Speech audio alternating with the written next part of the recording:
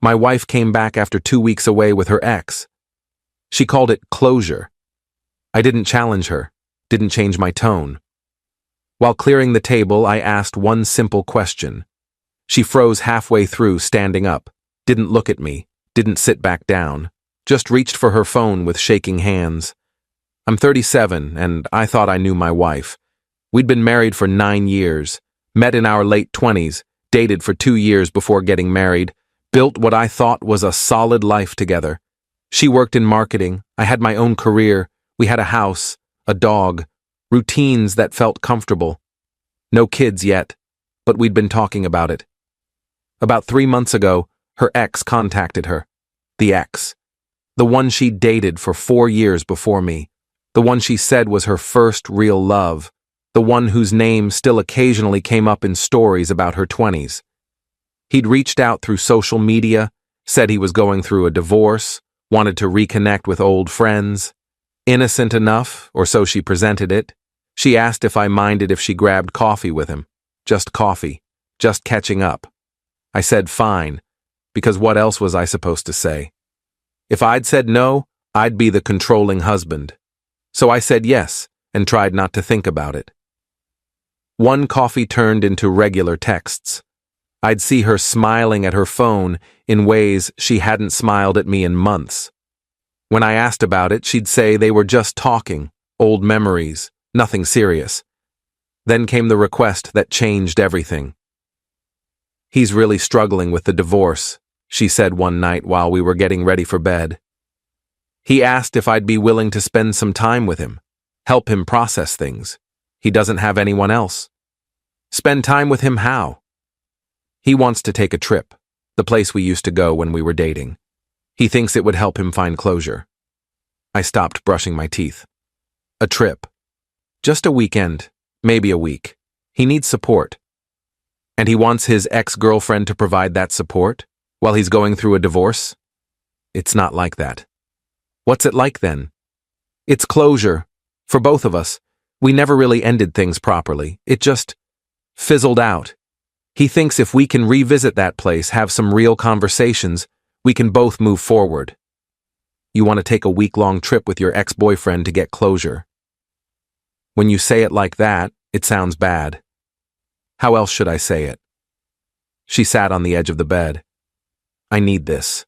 I didn't realize how much unresolved stuff I still had with him until we started talking again. It's affecting us, our marriage. I can feel it. Our marriage was fine until he showed up. Was it? Be honest.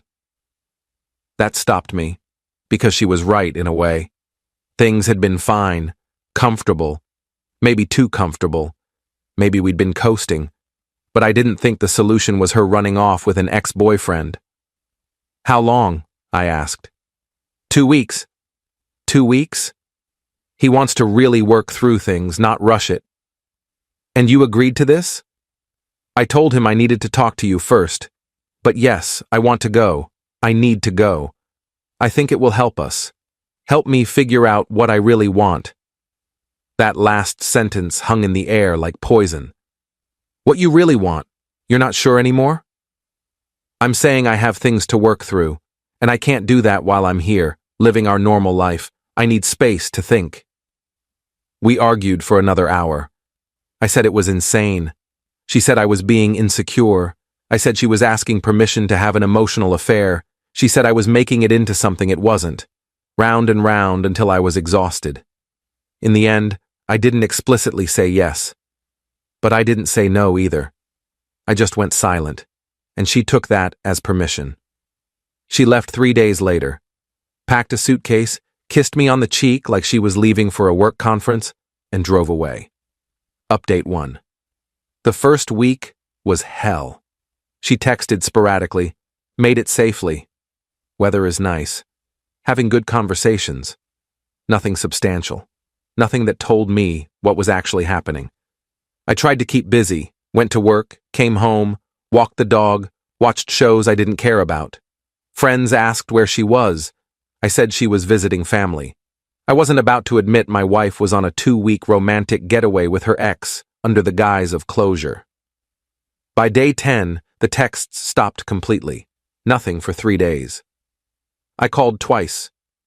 Both went to voicemail. I texted asking if she was okay. No response. On day 13, I got a single message. Coming home tomorrow. We should talk. She walked in the door at 6:30 on a Tuesday evening, tanned, relaxed, looking more at peace than I'd seen her in years. She hugged me, and I stood there with my arms at my sides, not sure what to do. How was it? I asked. Good, really good. I'm glad I went. Did you get your closure? I think so. Yeah. She didn't elaborate. Just started unpacking her suitcase, hanging clothes back in the closet like nothing had happened. Like she'd been gone for a normal trip and not 2 weeks with an ex-boyfriend I'd been imagining her with every single night. Are we going to talk about it? I asked. Let me settle in first. I'm exhausted. She showered, changed into comfortable clothes, came downstairs. I'd made dinner, nothing fancy, just pasta, and we sat across from each other at the kitchen table. So, I said. So, tell me about the trip. It was what I needed. We talked a lot, worked through old feelings. I understand now why things ended with us, why they had to end. And I have clarity now about what I want. My stomach dropped, which is, I want to make our marriage work. I know that now. Being with him made me realize what I have with you. I should have felt relieved. Instead, I felt suspicious. Being with him. Spending time with him, talking with him, you know what I mean. Do I? She reached across the table for my hand. I moved it to pick up my water glass. Her hand hung in the air for a second before she pulled it back. I know this is weird. I know it's not conventional, but I'm being honest with you. I needed to do this to know for sure, and now I know. I want us. We ate in silence for a few minutes. I was trying to process, trying to figure out if I believed her, trying to decide if it even mattered if I believed her. Did you sleep with him? I asked finally. Is that really what matters? Yes. I don't think we should focus on physical details. What matters is where we go from here. That's not an answer. I'm not going to give you an answer that lets you torture yourself with images. It's not helpful. But it happened. She didn't respond. Just looked down at her plate. I stood up, started clearing the table. She stood too, gathering her dishes. We moved around the kitchen in a choreographed silence. Her washing, me drying. Like we'd done 1,000 times before. While I was putting a plate in the cabinet, I asked it. The question that had been forming in my mind since she walked in the door. If he wasn't going through a divorce, I said, voice completely calm, if he was available, would you have come back? She froze. Halfway through standing up from loading the dishwasher. Didn't look at me. Didn't sit back down. Just stood there, bent at an awkward angle, one hand still on the dishwasher door. Then she reached for her phone with shaking hands. Update 2. What are you doing? I asked. I need to call someone. Who? My sister. I need to talk to my sister. Answer my question first. She straightened up, phone clutched in both hands. That's not fair. That's a hypothetical that doesn't mean anything. It means everything. Answer it. I'm here, aren't I? I came back. Because he's not available. Because he's going through a divorce and probably told you he wasn't ready for something serious. Answer the question. If he was available, would you be standing in this kitchen right now? Her face crumpled. I don't know. You don't know. I'm confused. I thought I had clarity, but now you're asking these questions and I'm confused again. You're confused because you know the answer and you don't want to say it.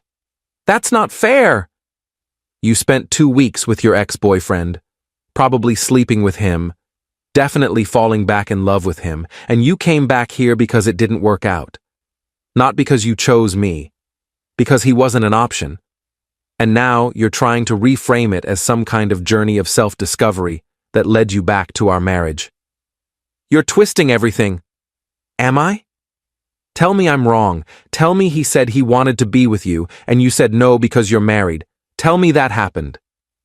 She couldn't. She just stood there, tears running down her face, phone still in her hands. "Call your sister," I said. "I'm going for a drive."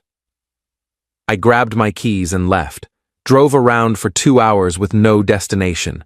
My phone rang 6 times. I didn't answer. When I finally came back, it was almost midnight. Her sister's car was in the driveway. I went to a hotel.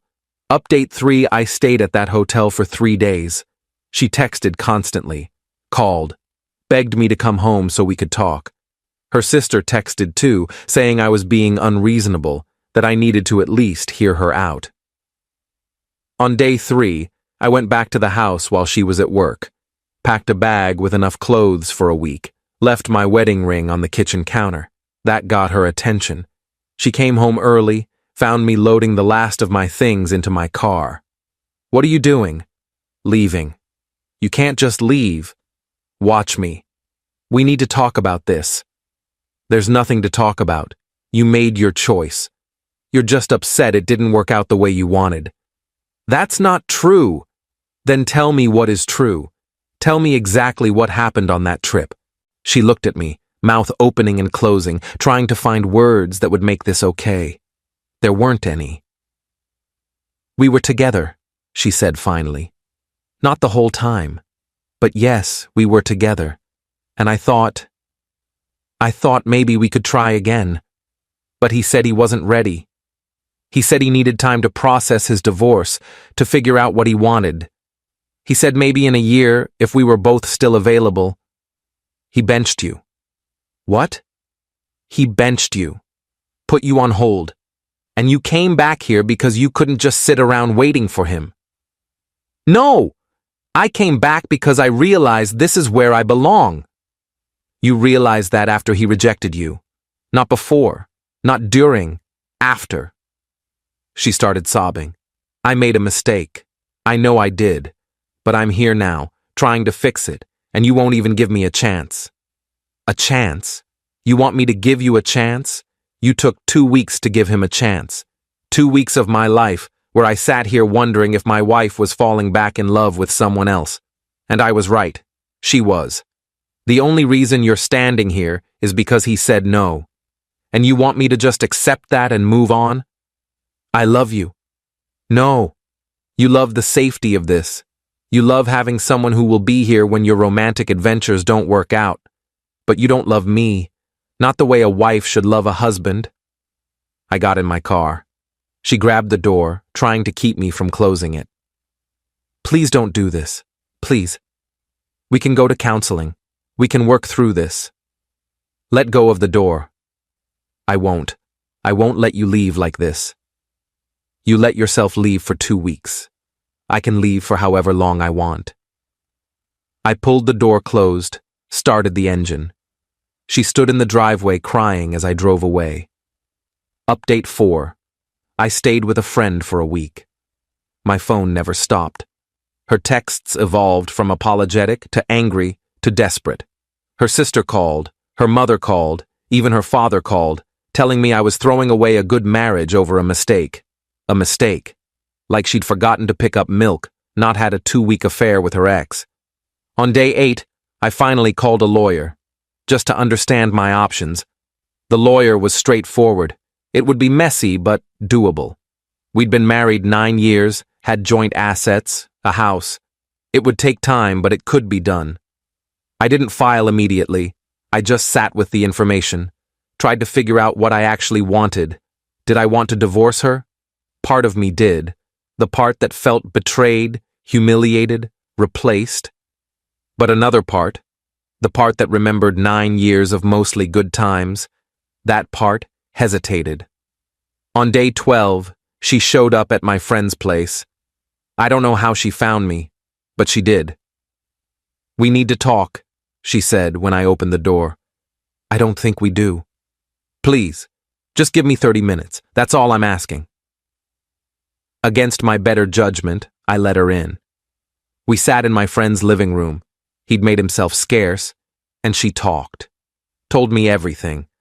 How the trip started innocent. Really was just talking at first. But then old feelings came back. The familiarity, the history, the nostalgia.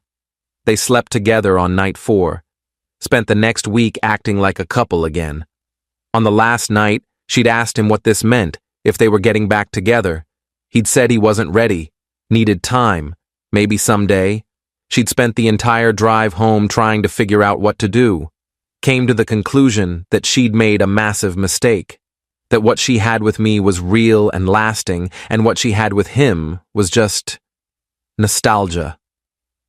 "I don't believe you," I said when she finished. "I'm telling the truth. I believe you're telling the truth about what happened.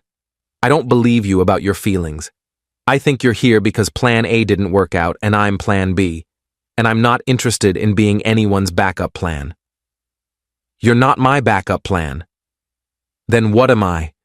Because from where I'm sitting, you left your husband to see if you could rekindle things with an ex. It didn't work out. Now you're back, trying to salvage what you threw away. That's literally the definition of a backup plan. I love you. I know I hurt you. I know I betrayed your trust. But I do love you. And I want to fix this." "How? How do you fix this? How do I ever trust you again? How do I not wonder every time you text someone or take a work trip or say you need space if you're going back to him? We can go to counseling. Counseling is for people who want to save something worth saving. I'm not sure this is anymore."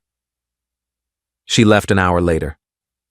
I'd promised to think about it, to consider counseling. But honestly, I'd already made up my mind. Final update: I filed for divorce 2 weeks later. She didn't contest it. Didn't fight me on anything. We split assets fairly, sold the house, divided everything down the middle.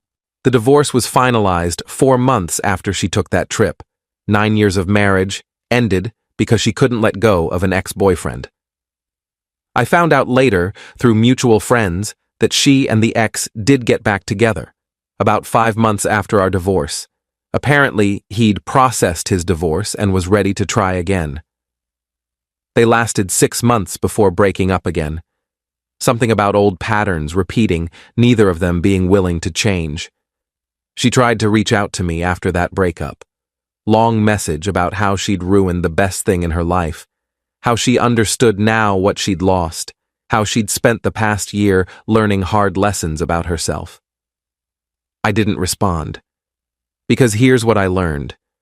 Some people need to blow up their entire life to figure out what they want. And some people, like me, need to let them do it and walk away. Could I have fought for the marriage? Gone to counseling? Tried to work through the betrayal? Maybe. But I asked myself that question while clearing the table, and her reaction told me everything I needed to know. She froze because she knew the truth. If he'd been available, if he'd said yes, she wouldn't have come back. And I refuse to spend my life wondering if I'm someone's second choice. I'm 37 years old. I'm divorced. I'm living in a smaller apartment and rebuilding my life from scratch. But I'm not anyone's backup plan anymore. And honestly, that feels better than the last year of my marriage ever did. She wanted closure with him. I got closure from her. Funny how that works.